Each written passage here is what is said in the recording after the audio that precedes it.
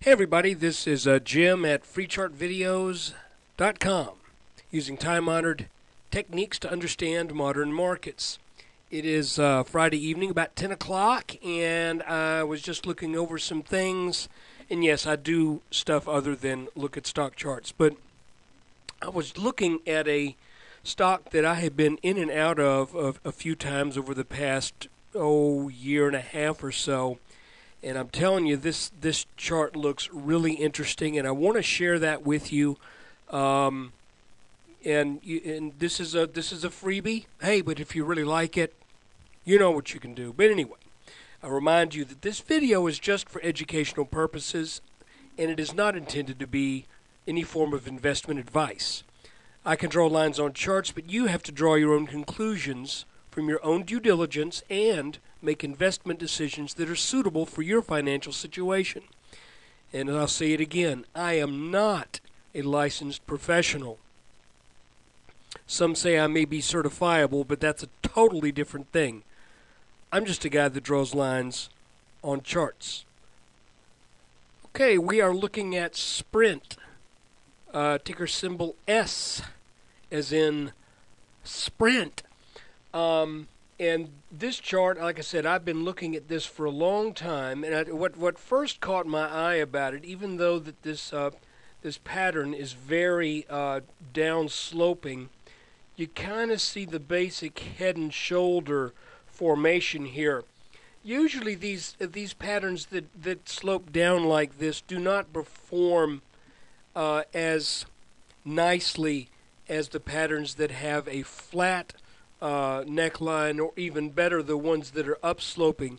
For example, Las Vegas Sands, LVS, was an upsloping inverse head and shoulders, and we all know how that is just knocked, went from what, $2 to 50.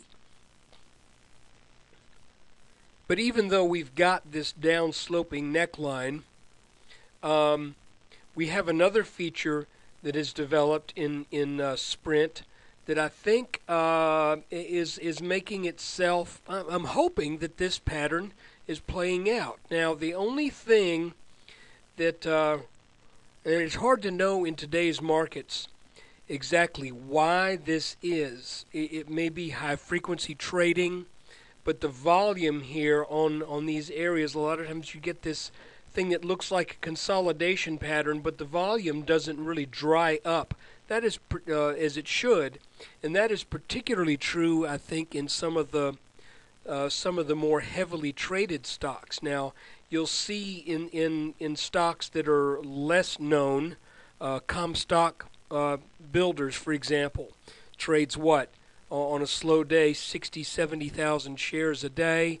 On a good solid day, 400,000 or 500,000.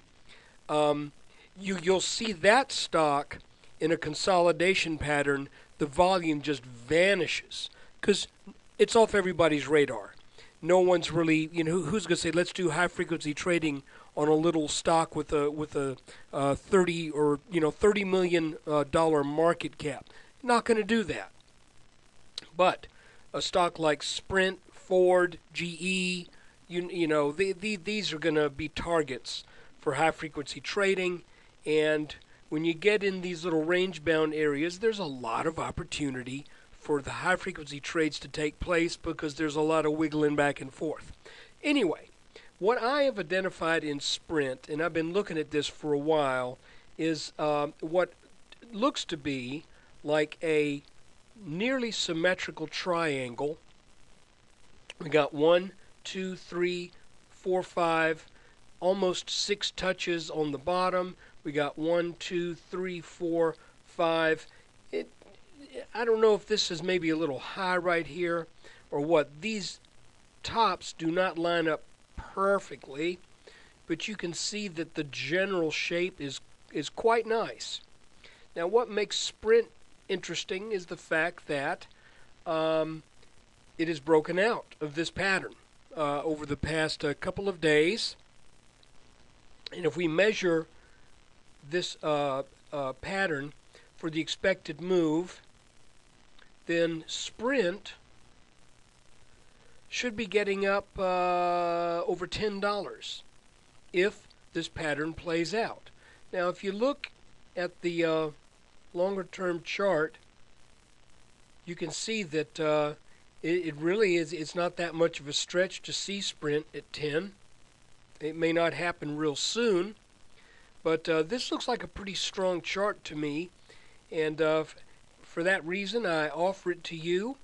By the way, you can look back here. Let's just do a little analysis.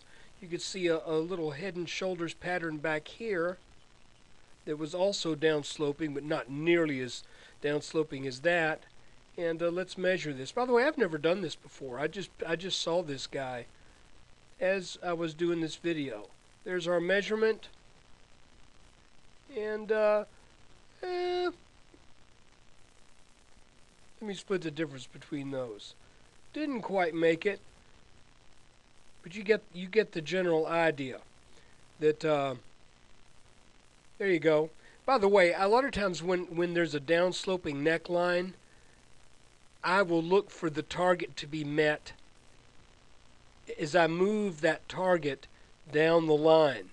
Okay? If I put this here and I end up with a target up here and I don't sell till it's going to get to 30, guess what? I'm in a world of hurt. So I have noticed that these downsloping necklines have a tendency to meet their target, but they do it at a point where that measurement is from where the neckline is at the time that target is met. Hope that makes sense. If that's the case here, we are fortunate that Sprint has a big old huge dip there in that head, so you could see that that it could take 6 months to reach this target and still satisfy that inverted head and shoulders pattern. So anyway, that's Sprint, and we'll zoom back into the 4-hour chart.